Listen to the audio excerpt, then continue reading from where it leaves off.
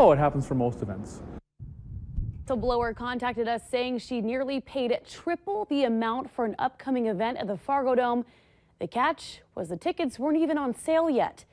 You may be tempted to search for deals on tickets for popular events at the Fargo Dome, including the upcoming tour of comedian Kevin Hart. But what happens when a resale site tries to sell tickets before they're even on sale? Valley News Team's Molly Casey spoke with the Fargo Dome and found out it's no laughing matter. It's buyer beware. Googling tickets for an event at the Fargo Dome brings up a list of different ticketing sites, but that doesn't mean the tickets being sold are real. We can't authenticate them. And that goes for tickets being sold for the Kevin Hart comedy tour. Pre-sale tickets started Tuesday night, but already sites are selling the tickets for over 6 times the price. They're obviously having a markup that the money on that is not going to the artist, it's not going to the promoter. And Sobolik says if the tickets are fake, the Fargo Dome can't refund you the money spent on a secondary site.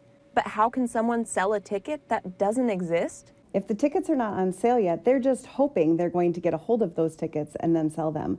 Heather Johnson of the Better Business Bureau says when you buy tickets online, buy smart. If your URL does not read HTTPS or have the little lock symbol, question where you're buying them from.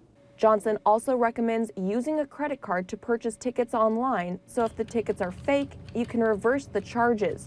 But Sobolik says there is one sure way to get tickets. You want to make sure in your URL it is www.fargodome.com. From Fargo, Molly Casey, Valley News Live. Public ticket sales for Kevin Hart Comedy Show will begin Friday morning at 9 a.m. and you can buy the tickets at the Fargo Dome ticket office or online. And if you need help uncovering fraud and corruption in your community, call us on our whistleblower hotline. The number is 701-237-6576 and leave your tip. A member of our investigative team will get on the case and go to work to expose the truth. Coming up after weather, a man has been sentenced to 26 years in prison for raping a woman. Plus, an area nonprofit needs your help because if they don't get more volunteers, they will have to shut down. But first, Robert, it remains gusty and cool for us. Are those winds going to die down tonight? Yeah, winds will become rather light overnight tonight with mostly clear skies. We'll see a chilly night tonight, but that ain't going to last long. We're going to see some nice warm temperatures tomorrow. A live look outside on the Coronado.com Valley Skycam, part of the Storm Team's Skycam network. Some quiet conditions out there, mostly clear skies. And after topping out in the lower 60s, we've already dipped down into the upper 40s, and those winds still on the gusty side, giving us a wind chill of 43 degrees. Temperatures elsewhere across the region already down to 39 in Valley City, 46 in Jamestown, also 46 in Langdon, 50 in Thief River Falls, 43 in Fergus Falls. Winds much lighter than they were earlier today, but still seeing some stronger gusts, especially across northern portions of the valley. Still seeing some gusts over 20 miles per hour. As we head towards tomorrow morning, we'll start to see those winds increasing from the south, and that will start to bring in some warmer air. So in areas that early on are quite cold, we're going to see temperatures actually become steady or slowly rising as we head towards tomorrow morning. What will also help is a bit of cloudiness making its way in from the west, acts like a blanket and keeps those temperatures from falling off too quickly. A lot of green on the radar, but none of that is precipitation, just a little interference with the local area radar domes. And northern plains, quiet. Much of the country is quiet. Pacific Northwest seeing some rain. The Southwest, a little bit of rain and a few showers and storms down in southern portions of Florida. For us, overnight tonight, we'll see generally clear skies, a little bit of high, thin cirrus clouds making its way on through. We'll see those overnight lows dipping down into the 30s in many locations with some low 40s. And again, overnight, we're going to start to see those winds shift around to the south as we head through the early morning hours tomorrow. Again, cooling on down into the 30s and some low 40s as we head through the day tomorrow.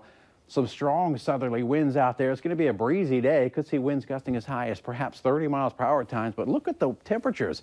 Once again, getting well into the 60s, some low 70s out there.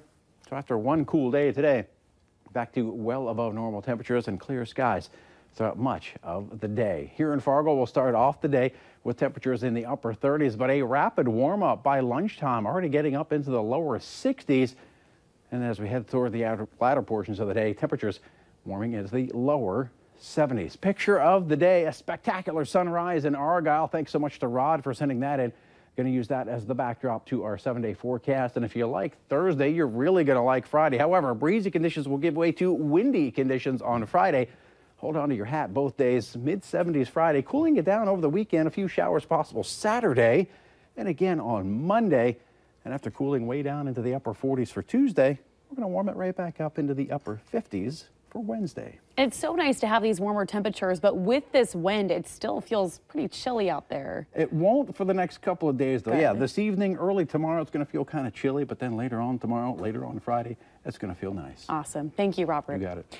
A 37-year-old Fargo man will be spending a long time in prison for raping a woman at a Mapleton convenience store nearly 2 years ago. Today, a judge sentenced Abdurrahman Ali to 26 years in prison.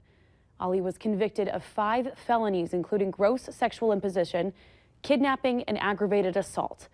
Ali is a native of Somalia and will likely be deported when he has finished his sentence. An area nonprofit is asking for your help. If they don't get more volunteers, they will have to shut down. Jazzy Mumbo's thrift shop in Dilworth raises money to help pet owners who can't afford to pay for various pet expenses. The owner says they have very few volunteers and often they don't show up. It's not for me, it is for the community and their pets. So if we're not open, we don't make the money and we'll have to close. So, and I just renewed the lease, so I have a year. If I don't make it, it comes out of my paycheck to pay that rent and all the bills. So, and I live paycheck to paycheck myself. Cohen says anyone can help out with the thrift store anytime and any day of the week. In fact, you can bring your kids or friendly pets along too. She just says to stop by. A problem that has first reared its head down south and has made its way to North Dakota. Federal and state agencies are working to combat dicamba drift. It's a problem affecting farmers around the country and killing their crops. Valley News Team's Clinton Rose has more on how the hotly debated chemical.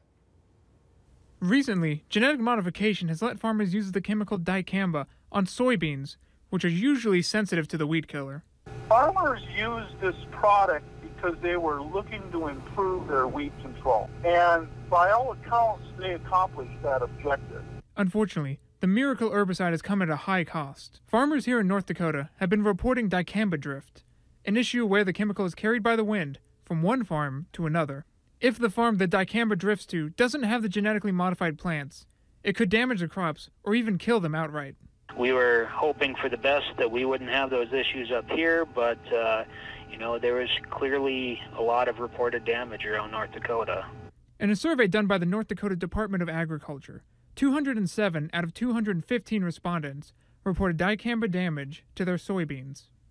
Many farmers say that the complicated application procedure, which has instructions that are more than 4,000 words long, makes even small changes in the wind a major problem. It's an example of a very complicated label that could potentially be even more complicated in 2018. In response to the concerns raised by farmers, the EPA and the North Dakota Department of Agriculture are stepping up regulations on the herbicide, measures that officials hope will protect farmers next year from what rides in on the wind. In Fargo, Clinton Rose, Valley News Live. The North Dakota Department of Agriculture says that they have hope to have a new proposal on dicamba laws ready in early November. A heartbroken family is looking for your help to bring back a 4-legged family member. Bella the Basset Hound was in Grand Forks this weekend when her owners were visiting from Duluth. But she got away, and now her family is hoping a social media resource can help bring her home. The Grand Forks Police Animal Control has a Facebook page where people post pictures of lost pets. And police officials say it's helping in a big way. But from January 1 this year to September 30th, we've found 390 pets. And those are pets that private citizens have found. Bella was last seen near the Ralph Engelstad Arena on the northwest part of town wearing a purple collar. If you want more information or you have a lost pet yourself, we've got a link on our website at valleynewslive.com. Just click on this story. And of course, remember to like Valley News Live on Facebook. You can follow the latest news, weather, and breaking news updates anytime on your feed. Just search Valley News Live, like our page, and you'll stay informed throughout the entire day.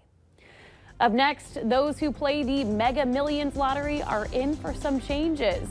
That story is next.